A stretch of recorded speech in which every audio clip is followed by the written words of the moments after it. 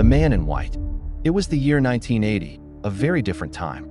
There was no electricity in our village, and night meant nothing but the pale glow of the moon and the thick mist that blurred the edges of the world.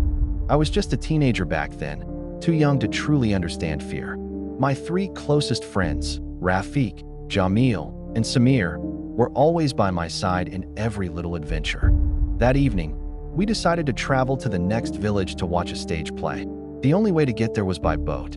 The winter mist hung low over the black waters of the river, and in the distance, we could see faint, scattered lights from mud houses. The scene felt mysterious, almost otherworldly. The four of us climbed into a small wooden boat. The boatman rowed slowly, the oars slicing through the water with a rhythmic splish-splash, a sound that echoed softly in the quiet darkness. As we reached the middle of the river, the cold wind bit into our skin, but our hearts were full of excitement for the play ahead. After about an hour, we arrived. The play began, and the crowd gathered around, faces glowing in the flickering light of lanterns. Drums beat, actors shouted, people laughed, some even cried. The whole village square came alive with celebration. We didn't notice how quickly time had passed. By the time the final scene ended, it was already close to 11 p.m. The night air had grown colder, and the moon had disappeared behind thick clouds. Still caught in the joy of the performance, we began walking toward the dock, not knowing that this night would turn into the most terrifying experience of my life. We walked toward the dock, the crowd from the play slowly thinning, leaving behind only the faint echoes of drums and muted laughter. Thick mist had settled over the riverbanks, and the trees along the path cast strange, shifting shadows in the dim light. When we reached the dock, we realized something terrifying. Our boat was gone. Not just ours, but there was an eerie emptiness, as if the river itself had swallowed the night. A few locals stood around, waiting, their faces pale and tense. The water lapped quietly against the shore, but no oar or boatman was in sight. I approached an old man and asked, "Where's the boat?" He answered slowly, his voice heavy with unease. "The boatman has gone. Someone went to bring him." There was a chill in his tone that made my spine tingle. I scanned the dock and froze. On one side, partially hidden in the fog, lay a body wrapped in cloth. The moonlight was blocked by clouds, and at first, it looked like a shadow.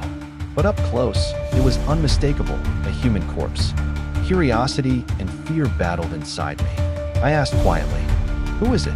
A local whispered, "He's from the village you're going to, came here to visit, and now he's dead." For a moment, the cold night air seemed to slice straight through me. Just then, the boatman returned, and everyone, locals and strangers alike, began boarding the boat. That's when I noticed him, a man completely dressed in white, standing silently among the others. Half of his face was hidden in shadow, and there was an unsettling stillness in the way he stood.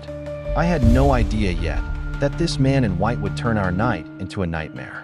Everyone climbed into the boat.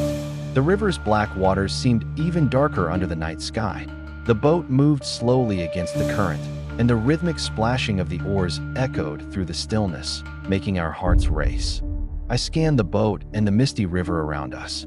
That's when I saw him, the man dressed entirely in white. He stood completely still, unmoving, his face half hidden in shadow, blending eerily with the fog rising off the river. His posture carried a strange, uncomfortable stillness that made my skin crawl. At first, I thought he might be just another passenger. But then, his eyes glinted faintly in the dim moonlight, and a cold shiver ran down my spine. The boatman glanced toward him, his expression tense, but no one spoke. The silent river stretched endlessly around us. A local whispered, "Look, he's staring at the corpse." We turned slowly.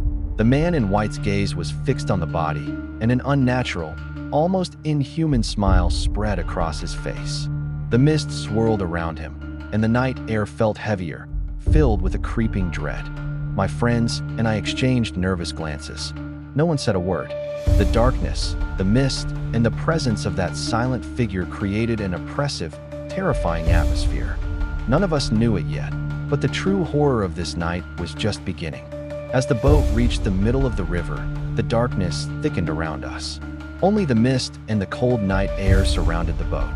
We all stood silently, unable to speak, every nerve on edge. Suddenly, A horrifying, blood-curdling scream pierced the air. Demon! Demon! We all turned to see the man in white biting the corpse's leg. Our hearts seemed to stop. A wave of terror washed over us, pressing down on our chests. Nobody could scream. We were frozen with fear. In a panic, several people jumped into the river. Without thinking, we followed. The freezing water rose to our chests, but the fear only intensified. Our strokes became desperate, our hearts pounding faster than ever, as the boat slowly drifted away. Gasping for breath on the riverbank, we ran toward the village. But then it hit me. Samir couldn't swim. He was still on that boat. We called out frantically, and the villagers arrived with torches. But what we found froze our blood. The boat was empty, the corpse torn apart and scattered along the riverbank. And neither Samir nor the man in white could be seen anywhere. The night, the mist, and the silent horror of the river had combined to create a terror we would never forget. Despite countless searches, we never found my friend.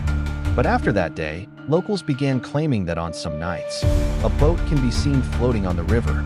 In that boat, they say, our lost friend can be seen along with a man dressed entirely in white. Did you enjoy the story?